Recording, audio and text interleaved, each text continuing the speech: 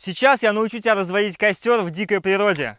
Берем палку, ей мы будем бить. Ставим посередине нож и вот такими ударами разрубаем. Готовим углубление для костра.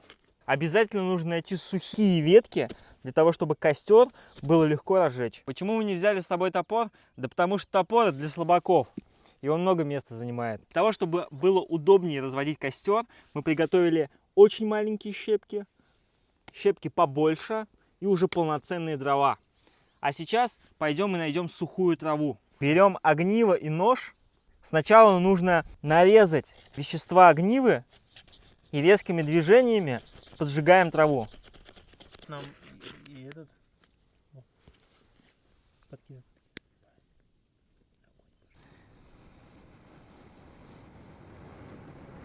Ну что, друзья, вот такой костер получился. Ну а ты подпишись, чтобы видеть полезный контент о активном отдыхе.